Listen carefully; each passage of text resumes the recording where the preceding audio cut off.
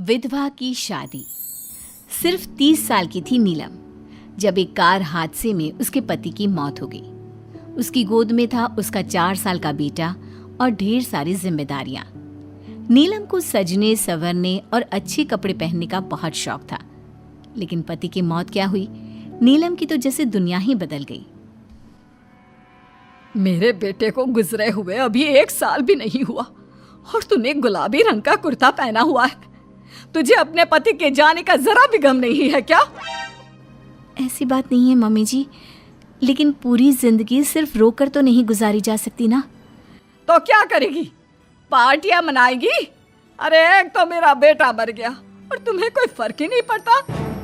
Mummy जी, मेरा भी पति गया है और इस बात से मुझे कितना फर्क पड़ता है मैं आपको बता भी नहीं सकती। लेकिन अगर मैं रोती हूँ तो मेरा 4 साल का बेटा बहुत रोता है, अपने पापा को याद करता रहता है। उसे दिखाने के लिए ही सही मेरा ठीक से रहना बहुत ज़रूरी है। कुछ दिनों के बाद, मम्मी जी मैं नौकरी करना चाहती हूँ। लेकिन उसकी क्या जरूरत है? यहाँ घर में रह रहकर मेरा दम घुटता है। पूरा दिन मुझे अपने पति की याद आती है। कुछ देर के लिए ही सही घर से बाहर जाऊंगी तो शायद कुछ अच्छा लगे।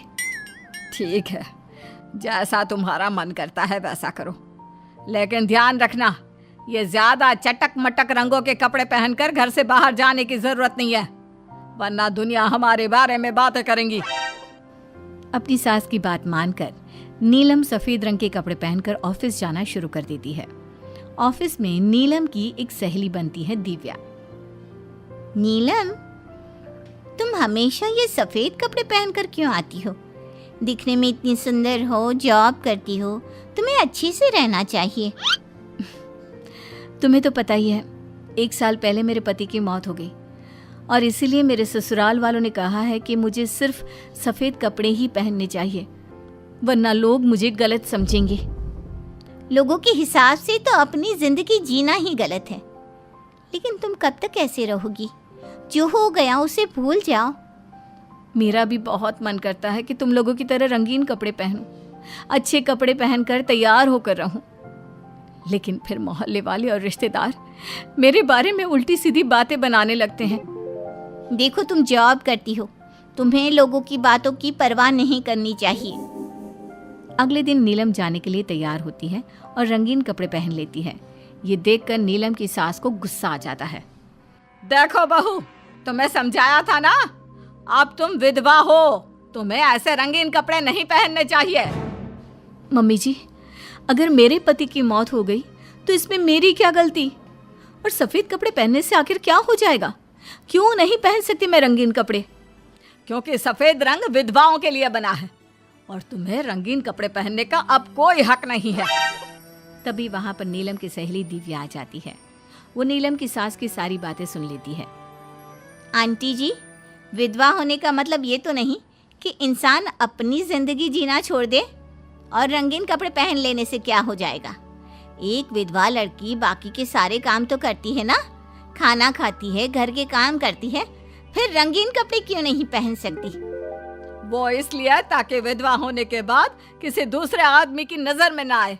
अरे रंगीन कपड़े पहनेगी तो सुंदर लगेगी, फिर कल को आकर कहेगी मुझे दूसरी शादी करनी है, तब हम क्या करेंगे? हाँ तो ठीक है ना, इसमें गलत क्या है? एक विधवा को अपनी जिंदगी जीने का पूरा अधिकार होता है, नीलम को भी है। चलो नीलम, तुम यही कपड़े पहनकर मेरे साथ चलो। नीलम रंगीन कपड़े पहनकर अपनी सहेली दिव्या के साथ ऑफिस चली जाती है।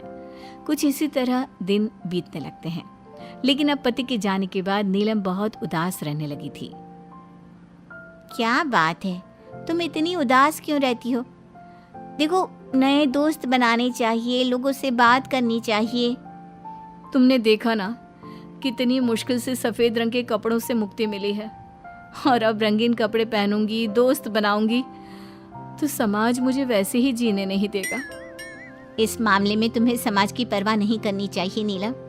लोगों का काम क्या है? बातें बनाना ही तो है। कुछ दिनों के बाद नीलम के ऑफिस में एक लड़का आता है। उसका नाम अमर था। वो धीरे धीरे नीलम को पसंद करने लगता है और एक दिन वो नीलम से कहता है, नीलम, तुम मुझे बहुत अच्छी लगती हो, मैं तुमसे शादी करना चाहता हूँ। लेकिन अमर, मैं एक विधवा हूँ और मेरा 4 साल का एक बच्चा भी है। मैं तुमसे शादी नहीं कर सकती। मुझे तुम्हारे विधवा होने से कोई फर्क नहीं पड़ता। मुझे तुम एक अच्छी इंसान लगी और इसीलिए मुझे तुमसे शादी करनी है। लेकिन मुझे मेरी फैमिली से इस बात की परमिशन कभी नहीं मिलेगी। तुम उसकी चिंता मत करो, मैं तुम्हारे घर आकर बात करूंगा। कुछ दिनों के बाद अमर नीलम के घर पहुंचता है। नमस्ते आंटी जी, मैं अमर हूँ। मैं आपकी बहू नीलम से शादी करना चाहता हूँ। मुझे तो पहले से पता था। पहले तूने विधवा वाला सफेद रंग छोड़कर ये रंग बिरंगी कपड़े पहनने शुरू किए और अब तेरा चक्कर भी चल रहा है। नहीं मम्मी जी, आप गलत समझ रही हैं। मैंने ऐसा कुछ नहीं किया। अगर ऐसा कुछ नहीं किया तो फिर कौन है ये लड़का, और यहाँ हमारे घर तेरे साथ शादी करने की बात करने क्यों आया है? आप नीलम को गलत समझ रही